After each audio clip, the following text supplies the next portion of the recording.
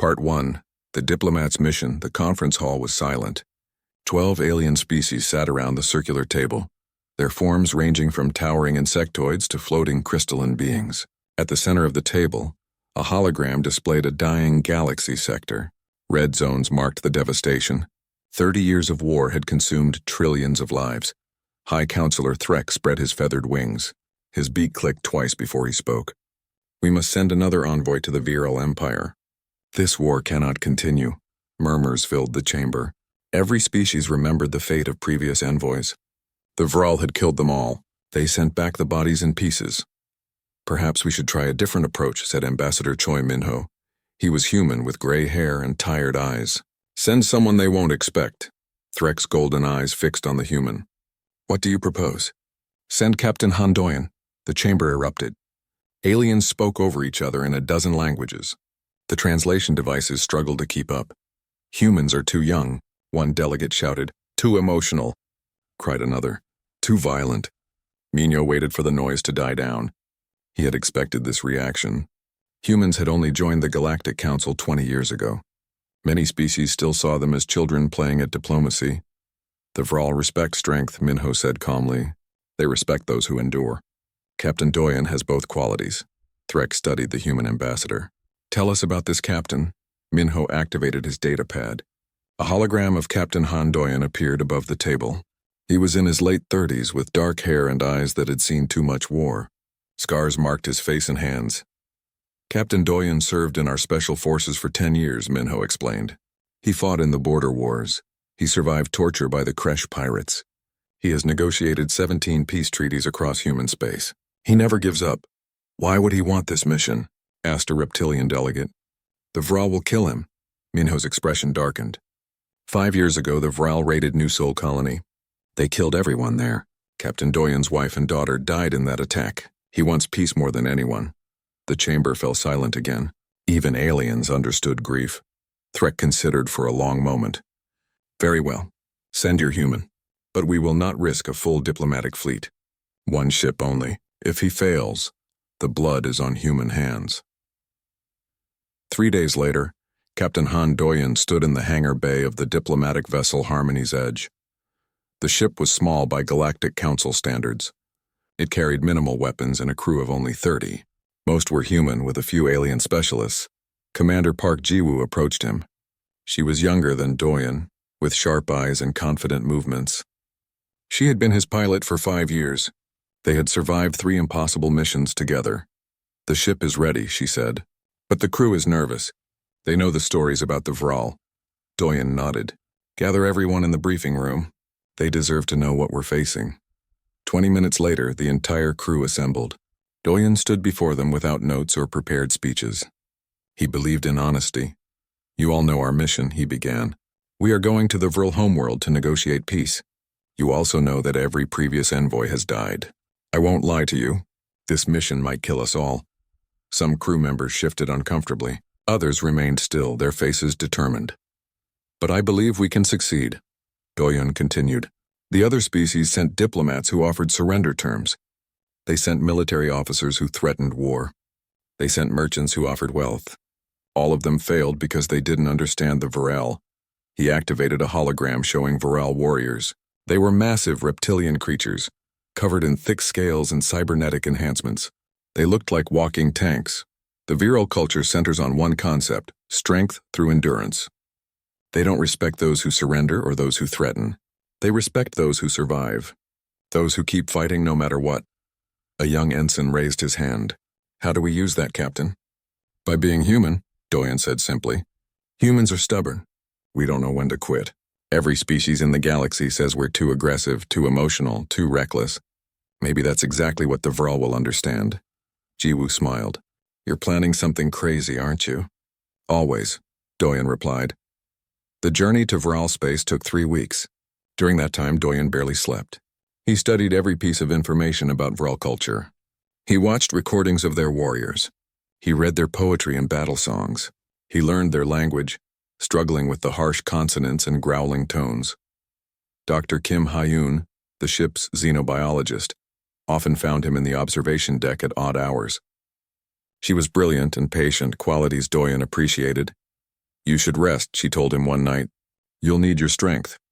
I need to understand them first, Doyen said, not looking away from his datapad. There's something here. Something everyone else missed. What do you mean? Doyen showed her images of Vral warriors.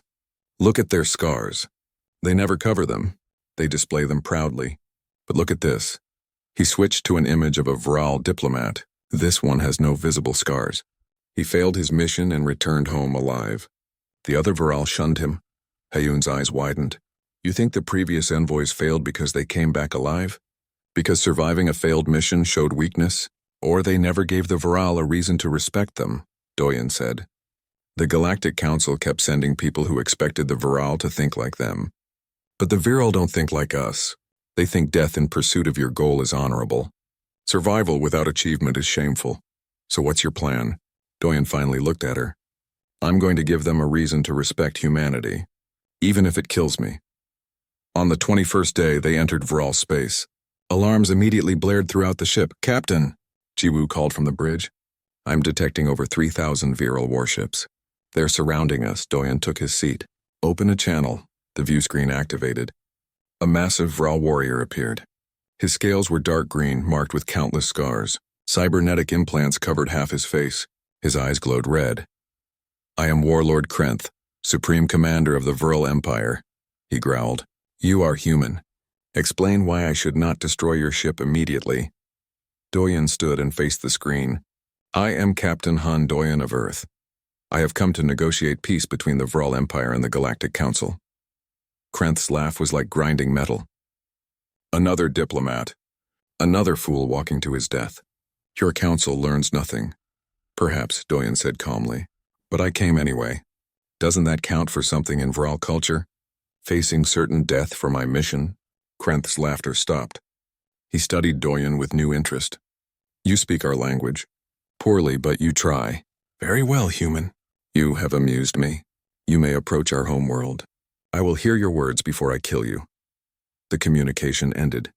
Jiwoo turned to Doyen. Did we just get a death sentence or an invitation? With the Vral, Doyen said. They're the same thing. The Harmony's edge moved forward, surrounded by thousands of warships. Every crew member knew they were flying into a trap. But they also knew their captain had a plan. They always did. As they approached the massive Vral homeworld, Doyen stood at the observation window. He touched the small photo in his pocket. His wife and daughter smiled back at him from the image. I'll bring peace, he whispered. I promise. The ship descended into Vral atmosphere. Whatever happened next would change the galaxy forever. Part 2. The negotiation. That wasn't. The Harmony's edge landed with a heavy thud. Doyen felt the ship shudder as magnetic clamps locked onto the hull. Through the view screen, he saw hundreds of Vral warriors surrounding them. They carried massive weapons that could tear through the ship's armor like paper. They're boarding us, Jiwoo said, her hand instinctively moving toward her sidearm. Let them, Doyen ordered. No resistance.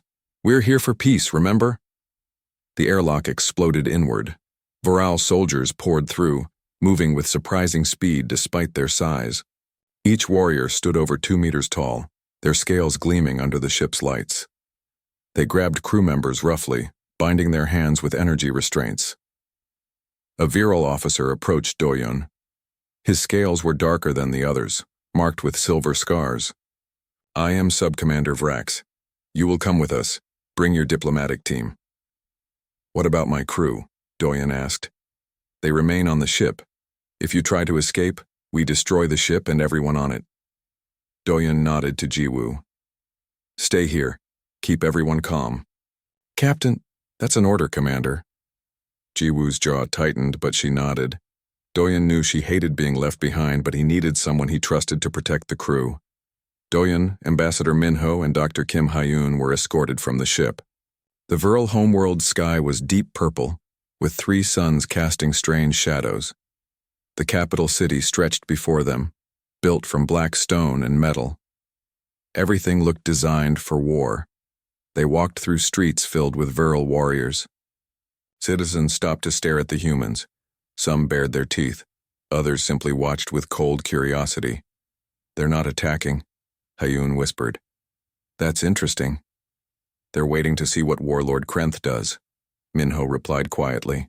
We're a curiosity for now. The throne room was massive.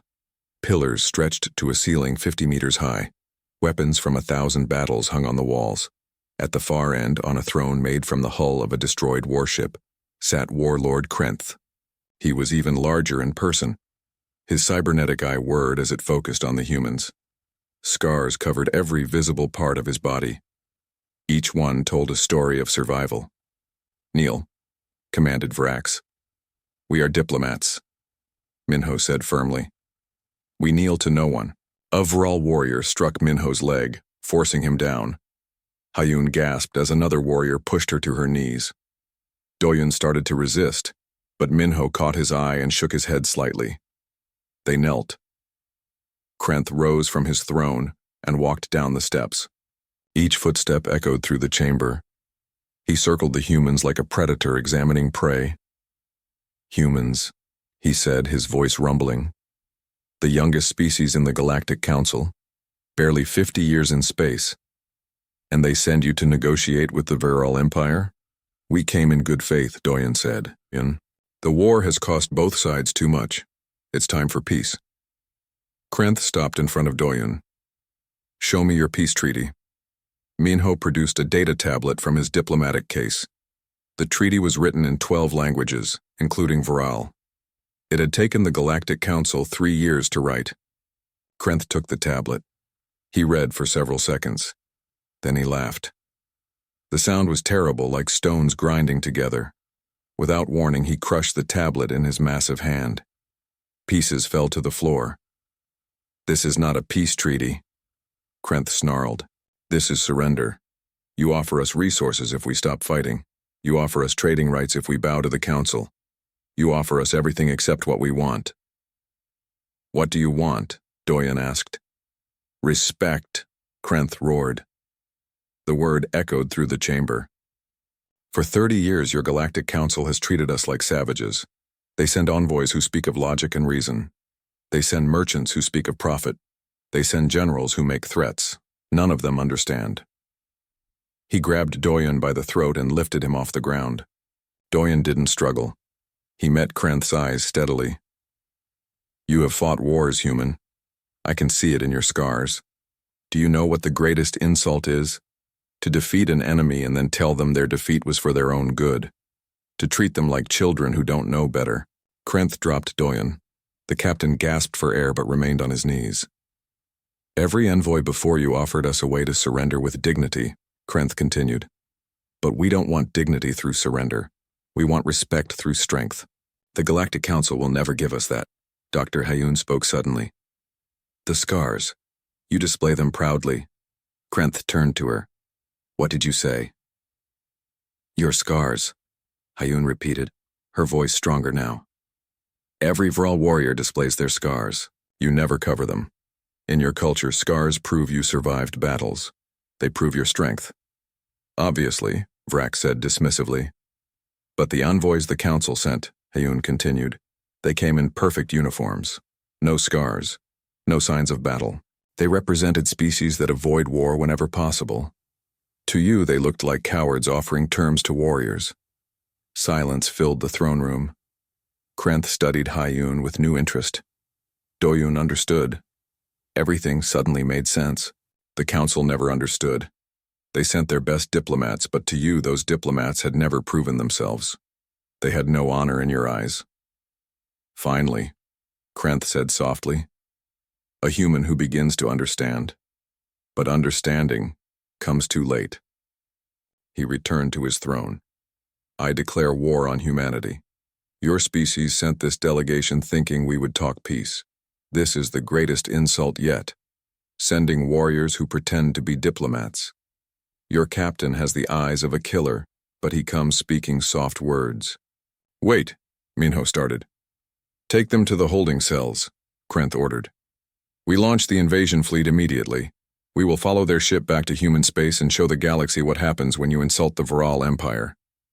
Warriors seized the humans. As they were dragged away, Doyen shouted, I challenge you single combat, isn't that your tradition? Krenth paused. You would challenge me? Yes. If I win, you hear our real terms for peace. If you win, you get what you want anyway. Amusing, Krenth said. But no, you are not worthy of facing me in combat. You came here with pretty words and empty promises. A true warrior would have come with a show of strength. You have shown nothing but weakness. Then let me prove my strength. Doyen struggled against the warriors holding him. Give me a chance. Your chance has passed, Krenth said coldly. Take them away. The humans were thrown into a cell deep beneath the palace. The energy barrier hummed, impossible to break. Through a small window, they could see the city outside. Minho sat heavily on the stone bench. I failed. We all failed. No, Doyen said. We learned something important. The Vril don't want peace on the Council's terms. They want respect. How does that help us now? Hayun asked. Krenth is launching an invasion fleet. Doyen pressed against the window. In the distance, he could see ships launching, thousands of them. They blotted out the purple sky. Jiwoo, he whispered. Send the warning. On the Harmony's edge, Commander Jiwoo watched the invasion fleet launch. Her fingers flew across the communication console. The Vril were jamming most frequencies, but she found a narrow band they had missed. Emergency transmission to Earth Defense, she spoke rapidly into the microphone. This is Commander Park Jiwoo of the Harmony's Edge. The Vril have declared war on humanity. Invasion fleet of approximately 4,000 warships is en route to human space. ETA 72 hours. Captain Doyen is captured. I repeat, the Vril are coming. She sent the message on repeat, praying it would reach home in time. In the cell, Doyen watched the last ships disappear into space. 72 hours. Earth had 72 hours to prepare for the largest invasion force humanity had ever faced. I'm sorry, he said quietly, touching the photo in his pocket. His wife and daughter smiled up at him. I tried. But even as despair threatened to overwhelm him, a part of his mind was working. The Vril respected strength. They respected endurance. The key to peace was still there, hidden in their culture. He just had to find it, and he had to find it before Earth burned. We're not done yet, he said aloud. Minho looked at him in disbelief. Doyen, we're in a cell. Our weapons are gone. An invasion fleet is heading to Earth. How are we not done? Doyen smiled grimly. Because we're human, and humans are really, really good at one thing. What's that? Hayun asked, not knowing when to quit. Part 3. Humanity prepares. Admiral Lee Sang-yuk was drinking coffee when the emergency transmission arrived. He was in his quarters on the orbital defense station above Earth, reviewing supply reports. The coffee cup shattered on the floor when he heard Commander Jiwoo's voice. All hands to battle stations. He roared into the ship-wide communication system. This is not a drill.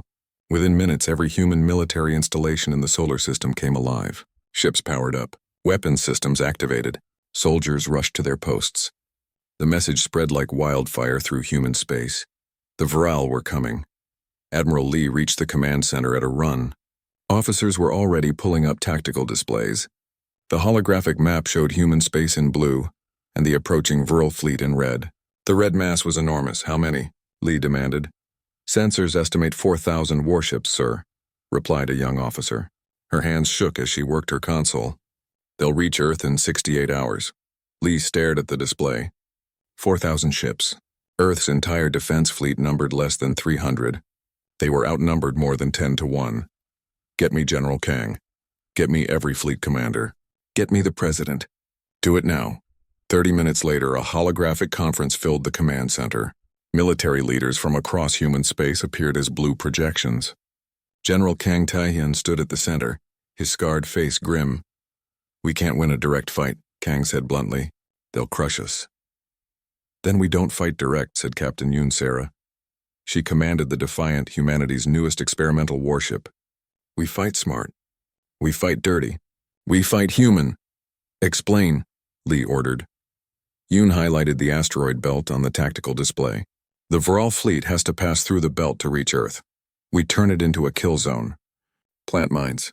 Hide ships. Force them to fight in close quarters where numbers matter less. They'll see it coming. protested another captain. Their sensors are better than ours. So we give them what they expect to see, General Kang said slowly. A smile crossed his face. It was not a pleasant smile. We make it look like we're massing our forces for a desperate last stand. While they focus on that, we surround them. The gauntlet, Lee said. We call it the gauntlet. They worked through the night. Every available ship received orders. Mining vessels began planting explosives throughout the asteroid belt. Each rock became a potential weapon. Military ships took hidden positions, their power systems running cold to avoid detection. On Earth, civilians evacuated to underground shelters. The sky filled with transport ships carrying children to the colony on Mars. Everyone knew some wouldn't make it. But humanity would survive. They always survived.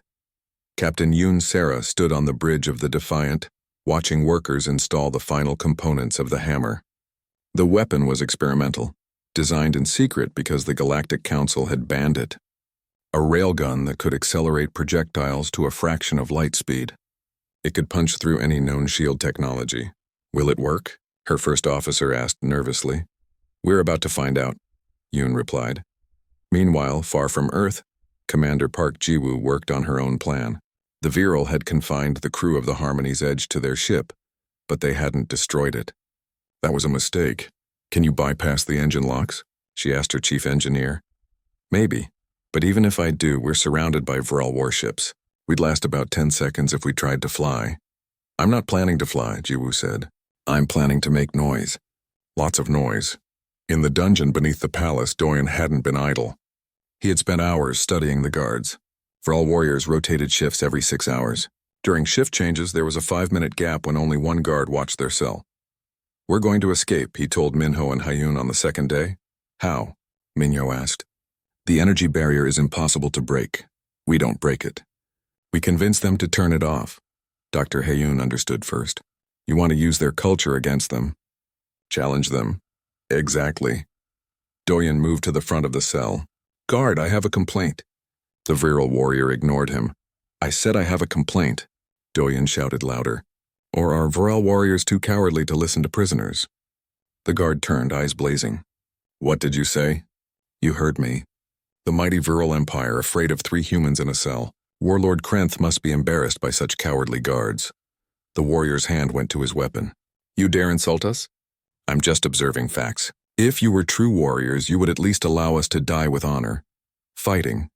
Instead, you keep us in a cage like animals. Is that the Virile way? To treat defeated enemies without respect? The guard hesitated. Doyen could see the conflict in his eyes. Virile culture demanded respect for fallen enemies. Keeping them locked up indefinitely went against their traditions. Our traditions don't apply to you, the guard finally said. You came as diplomats. Diplomats are not warriors. Then why did Krenth declare war? Doyen pressed. He said I had the eyes of a killer. He recognized me as a warrior pretending to be a diplomat. So which is it? Am I a warrior who deserves an honorable death? Or am I a diplomat who deserves to be caged? The guard said nothing, but Doyen saw understanding dawn in his eyes. The human was right. By Virile logic, he couldn't be both. Before the guard could respond, alarms blared throughout the palace. The guard's communication device crackled. All warriors to defensive positions. The human ship is attempting to escape. Jiwoo's distraction had begun. The guard ran toward the emergency, leaving the cell unattended. Doyen had exactly 5 minutes before the next guard arrived. Hyun, the control panel. Can you hack it? The doctor pulled off her jacket and tore it into strips. She wrapped the fabric around her hands and pressed them against the energy barrier. The fabric began to smoke, but it insulated her enough to reach the control panel beside the cell. It's biometric, she said through gritted teeth. Needs Virile DNA. Then we wait, Doyen said. 2 minutes later, a different Virile appeared. She was smaller than most warriors, with lighter scales marked by fewer scars. Her eyes widened when she saw them still in the cell. You didn't escape, she said, surprised. Who are you? Doyen asked. Vice Warlord Zen. I command the 3rd Fleet. She glanced around nervously. I came to see if what Krenth said was true. That humans came seeking peace. It's true, Doyen said. We want to end the war. Many of us want that too, Zen said quietly. But Krenth believes only in strength. He thinks peace is weakness. The invasion fleet will destroy Earth and the war will spread. Millions more will die. Help us, Doyen urged. Help us stop him. Zen's claws tapped against her weapon. If I help you and we fail, Krenth will kill me and everyone in my fleet. And if you do nothing, Hyun said gently, how many more will die? Thrall and human alike? For a long moment, Zen stood frozen. Then she made her decision. She pressed her hand to the control panel. The energy barrier flickered and died. I am probably going to regret this, Zen muttered. Join the club, Doyen said. Now let's go stop a war. They moved quickly through the palace. Zen knew the layout and guided them through maintenance corridors. They could hear chaos above as the guards responded to Jiwoo's distraction. The command center is 3 levels up, Zen explained as they climbed. Krenth monitors the invasion fleet from there. If we can access the communication systems, we can warn Earth about the fleet composition, Minho finished. Give them a fighting chance. They reached the command level. Guards stood at every intersection. Zen spoke to them in Vral, her voice commanding. Most stepped aside. One questioned her. Without hesitation, Zen struck him unconscious. That's going to be hard to explain later, she said. Worry about later when we survive now, Doyen replied. The command center doors loomed ahead. Through the windows they could see Krenth standing before a massive holographic display. The invasion fleet moved through space toward Earth. Each ship was a red dot. Together they looked like a bloodstain spreading across the stars. Ready? Doyen asked. No, Zen said. But let's do it anyway. They burst through the doors. Krenth spun, roaring in fury. How did you escape? With help, Doyen said, nodding to Zen. Help from Vral who want peace. Traitor. Krenth's cybernetic eye glowed red. I will kill you slowly. You will try, Zen replied calmly. She drew her weapon. Part 4. The Battle of Broken Chains. The virile invasion fleet hit the asteroid belt exactly on schedule. Admiral Lee watched from his command station as 4,000 warships entered the gauntlet. His hand hovered over the detonation control. Wait for it, he whispered. Wait! The virile fleet moved in formation, confident in their superior numbers. They had detected human ships ahead, exactly where military doctrine said defenders would mass. It looked like humanity was making a desperate last stand. It was exactly what Lee wanted them to think. Now, Lee slammed his hand down. The asteroid belt exploded. Hundreds of rocks that had been mined and filled with explosives detonated simultaneously. The blast wave caught the leading edge of the virile fleet. Ships were torn apart or thrown off course. Alarms blared across enemy vessels. Direct hits on 300 targets, reported the tactical officer. The formation is breaking apart, but 300 ships destroyed still left thousands more. The Vral fleet adapted quickly, spreading out to avoid the mines. They were learning. Commander Lim Jamin led Reaper Squadron into the chaos. 12 fighters against thousands of warships seemed insane, but that was exactly how humanity fought. Break formation, he ordered. Hit and run. Don't give them a target. The fighters scattered like leaves in wind. They dove between asteroids, using the rocks as cover. When Vral ships pursued, the fighters led them into minefields or ambush positions where hidden human vessels waited. Lim's fighter dodged plasma fire that would have vaporized him. His co-pilot worked the weapon system, launching missiles at the massive Vral dreadnought ahead. The missiles were tiny compared to the enemy ship, but they struck the engine ports with perfect precision. The dreadnought's engines exploded. The ship began to drift, powerless. That's 3, Lim's co-pilot said. How many more? As many as it takes, Lim replied.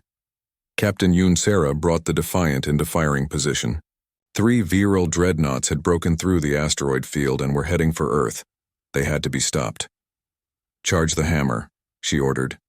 The ship thrummed with power, energy diverted from shields and life support to feed the railgun. The weapon needed enormous power. Firing it would leave them vulnerable for 60 seconds. Target locked, her weapons officer announced. Fire. The hammer spoke. A solid projectile accelerated to incredible speed shot from the Defiant.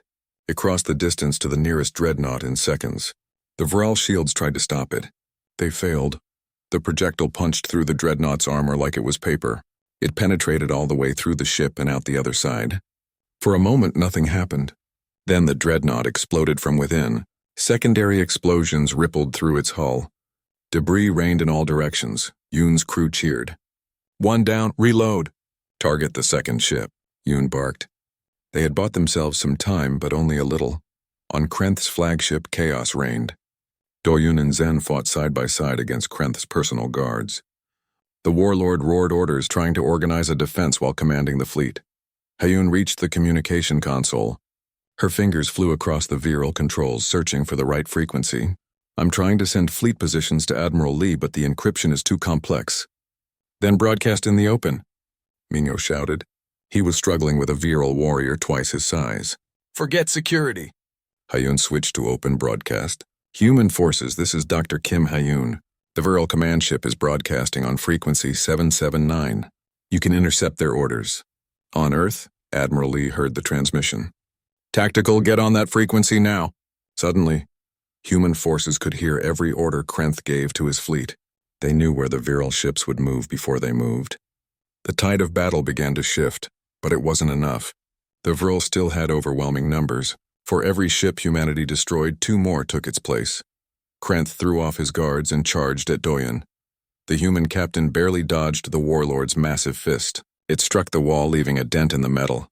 You think you can defeat me? Krenth bellowed. You're just human. Exactly, Doyen said, rolling away from another attack. Just human. Just stubborn. Just too stupid to quit. He couldn't match Krenth's strength. The warlord was enhanced with cybernetics, trained since birth for combat. But Doyen had learned something in his years of war. Sometimes the fighter who wins isn't the strongest. It's the one who endures longest. Doyen let Krenth chase him around the command center. He dodged, ducked, and rolled. He absorbed hits that should have killed him and kept moving. His training from special forces kicked in. Survive, endure, outlast. Krenth's attacks grew slower. Even enhanced warriors got tired. Doyen saw the opening and took it. He grabbed a piece of debris and smashed it across Krenth's knee joint. The warlord stumbled. You fight like a coward, Krenth snarled. I fight like a human, Doyen replied. He struck again, this time at Krenth's cybernetic eye. We don't have your strength. We don't have your technology. But we have something you're about to learn about. What's that? We never stop. Doyen launched himself at Krenth. They crashed through the holographic display and hit the floor hard. Doyen's fist struck again and again, not with power, but with determination. He ignored his broken ribs, his bleeding face, his exhaustion. Krenth tried to throw him off, but couldn't. The human clung on like a parasite. Finally, after what felt like hours, but was only minutes, Krenth stopped moving. He was breathing, but unconscious. Doyen stood shakily. Blood dripped from his wounds. According to Vril law, I just defeated your warlord in single combat. That makes me the new warlord. Zen stared at him in shock. You're right. By our oldest laws, you are now supreme commander of the Vril Empire. Sub-Commander Vrax appeared in the doorway with guards. Impossible. A human cannot lead the Vril. Your laws say otherwise, Zen replied coldly. He defeated Krenth in fair combat. Witnessed by me and these security recordings. Do you challenge the old laws? Vrax's face twisted with rage, but he knew challenging the ancient laws would make him an outcast. Instead, he turned and fled. He's going to continue the attack, Minho warned. Not all Vril will accept a human warlord. Doyen moved to the communication console. His hand shook as he activated it. All Vril forces, this is Captain Han Doyen. I have defeated Warlord Krenth in single combat. By your laws, I am now your commander. I order all ships to cease fire immediately. Across the fleet, confusion spread. Some ships stopped firing. Others continued. The unified Vril formation broke apart as commanders argued with each other. Admiral Lee, Doyen broadcast. The Vril fleet is splitting. Take advantage now. In human space, Admiral Lee saw his opportunity. All ships full offensive. Target the ships still firing. The battle turned into chaos. Vril ships fought each other as much as they fought humans. Some tried to flee. Others pressed the attack with desperate fury. The 60% that followed Doyen's orders turned their weapons on the 40% that didn't. Commander Lim's squadron dodged through the crossfire. This is insane, his co-pilot shouted. This is war, Lim replied. And we're winning? The Defiant fired the hammer again. Another dreadnought fell, then another. Captain Yoon's ship was falling apart from the strain, but she kept firing. On Luna, human defense platforms added their firepower. The last line of defense between the Vril and Earth held firm. Soldiers who had prepared to die defending their homeworld now pushed forward, driving the enemy back. Sub-Commander Vrax commanded the hardliners from his flagship. All loyal Vril, ignore the humans' orders. Kill him and everyone who follows him. We will not be ruled by an inferior species. His ships concentrated their fire on Krenth's flagship. Doyen felt the ship shake under the bombardment. We can't take much more of this, Zen warned. We don't have to, Doyen said. He pulled up the ship's weapons systems. Hayun, can you target Vrax's flagship? I think so, but Krenth's weapons are offline, not the weapons. The engines. Overload them. Make this ship a missile. Everyone stared at him. That will destroy us too, Minho said quietly. Not if we evacuate first. Doyen activated the ship-wide communication. All Vral personnel loyal to the peace abandon ship. You have 5 minutes. Escape pods began launching from the flagship. Zen hesitated. Go, Doyen told her. You need to lead your people when this is over. They'll need someone who understands both sides. What about you? She asked. Someone has to pilot this thing. Make sure I'm not forgotten, okay? Zen nodded slowly. You will be remembered as the human who saved 2 species. She ran for an escape pod. Doyen turned to Hayun and Minho. You two. Get out of here. We're not leaving you, Hayun said firmly. That's an order. You're not our commander anymore, Minho replied with a sad smile. You're the Vril warlord now. You can't give us orders. Doyen wanted to argue, but there was no time. Then help me aim this thing. They worked together, overriding safety protocols and redirecting all power to the engines.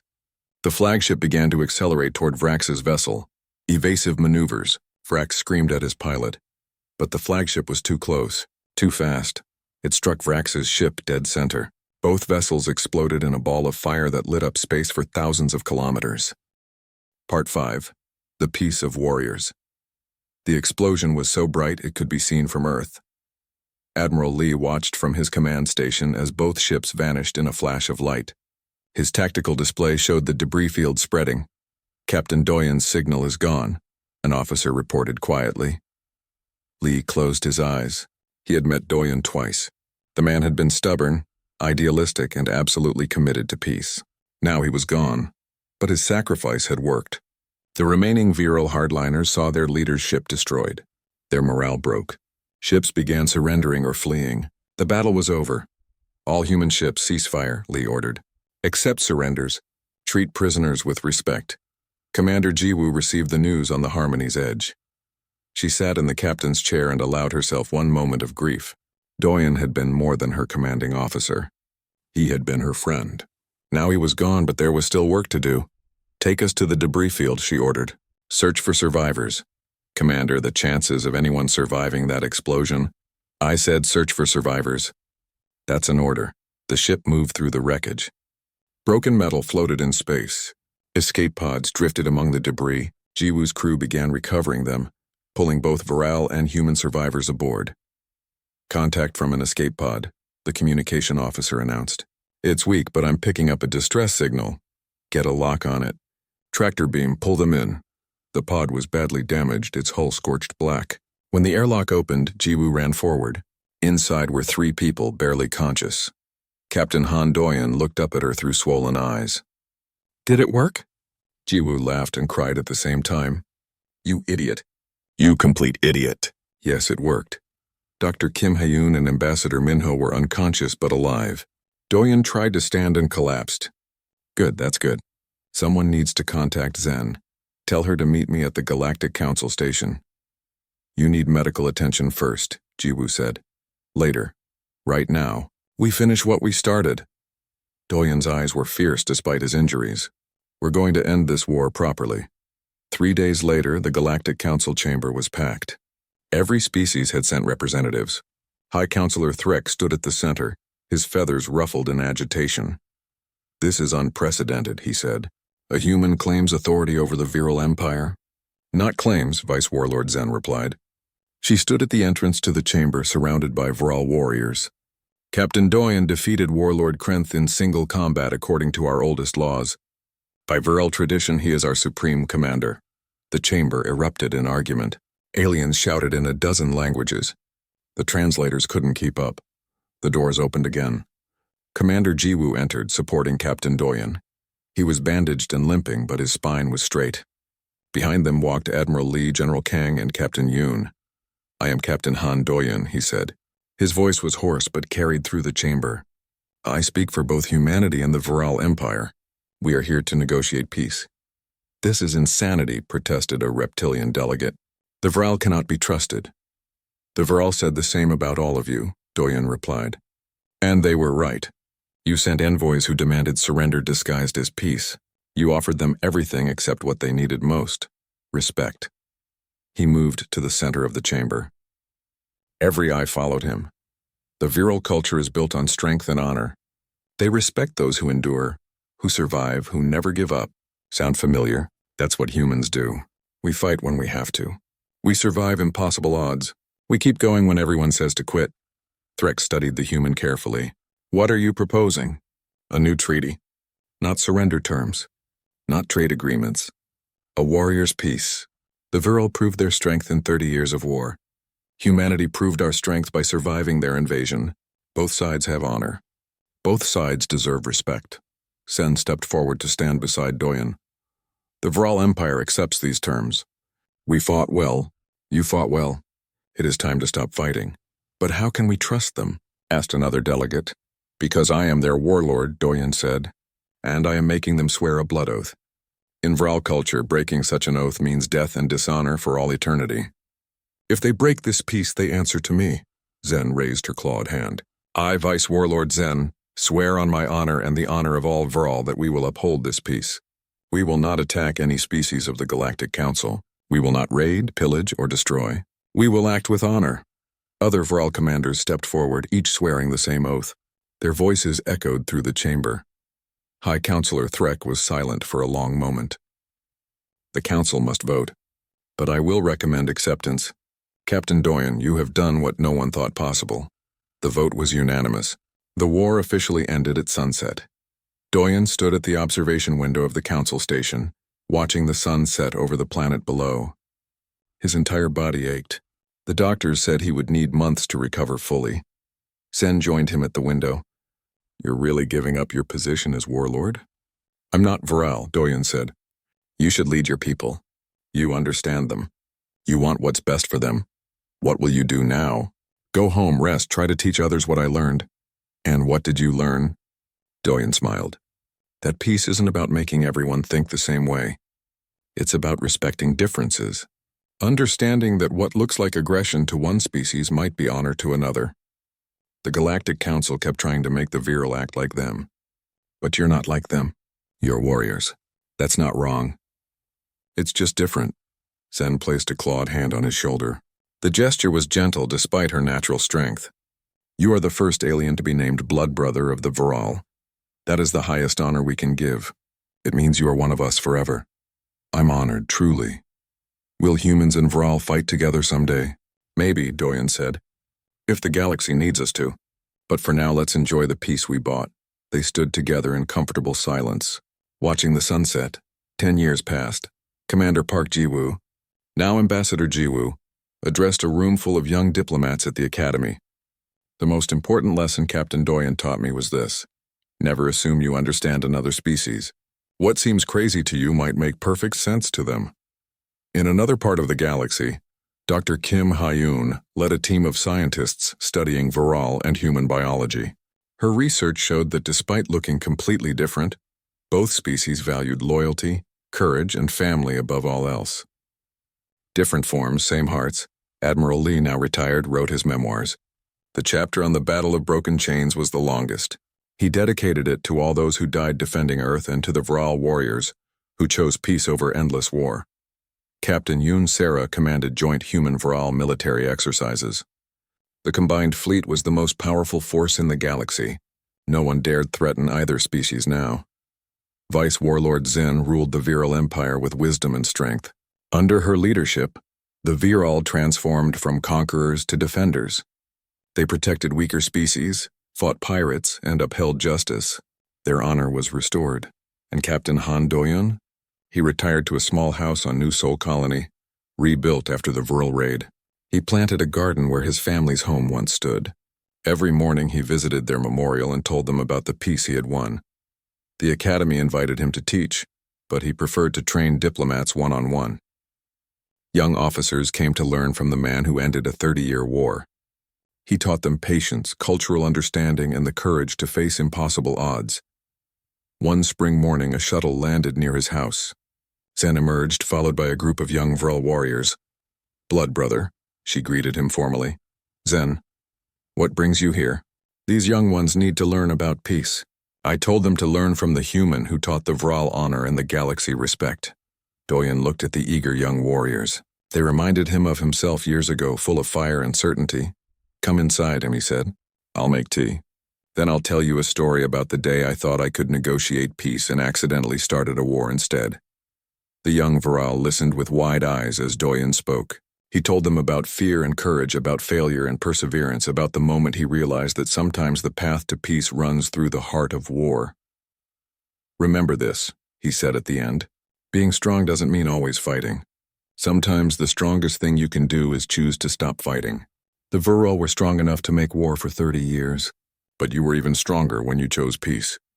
That evening, after his guests left, Doyen stood in his garden watching the sunset. The sky was orange and pink, peaceful and beautiful. His communication device beeped. A message from Jiwoo, missing the old days. "New crisis in the Andromeda sector. They're asking for you specifically." Doyen smiled. His body was older, his injuries permanent reminders of the war. But his spirit was as stubborn as ever. He typed back, "Tell them I'm retired." Then he paused and added, "But I know someone who can help." He sent the contact information for a young human diplomat, one of his best students. The next generation was ready. They would make their own peace, fight their own battles, and prove again what humanity brought to the galaxy. The ability to endure, the refusal to quit, the courage to see enemies as potential friends. Doyen returned to his garden and planted new seeds. In the spring they would bloom. Just like peace, they needed time, care, and patience to grow. But they always grew eventually. That was the human way.